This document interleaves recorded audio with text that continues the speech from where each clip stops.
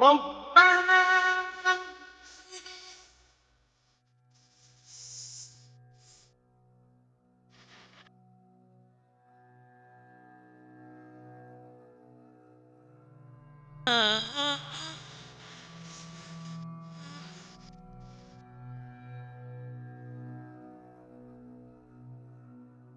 اعوذ باللہ من الشیطان الرجیم، بسم اللہ الرحمن الرحیم۔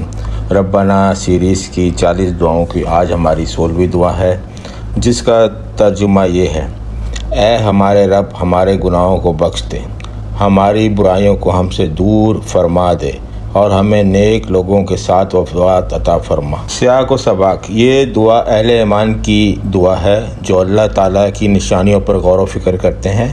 اس سے پہلے اللہ تعالیٰ فرماتے ہیں کہ عقل والے لوگ کھڑے، بیٹھے اور لیٹے ہر حال میں اللہ کو یاد کرتے ہیں، آسمانوں اور زمینوں کی تخلیق پر غور کرتے ہیں، یقین کر لیتے ہیں کہ اللہ نے یہ کائنات بے مقصد پیدا نہیں کی۔ یہ دعا بندے کی عاجزی کا اظہار ہے۔ بندہ اللہ سے کہتا ہے: اللہ تعالیٰ، مجھ سے غلطیاں ہوئی ہیں، میں کامل نہیں ہوں، مجھے نجات دے اور میری مغفرت فرما دے۔ وَكَفِّرْ عَنَا سَيِّئَاتِنَا، ہماری برائیوں کو ہم سے دور فرما دے۔ علماء فرماتے ہیں کہ مغفرت کا مطلب گناہوں کو معاف کر دینا ہے، جبکہ تکفیر صیانت کا مطلب ہے گناہوں کے اثرات مٹا دینا، ان کے نتائج ختم کر دینا، نامہ اعمال سے برائیوں کو مٹا دینا۔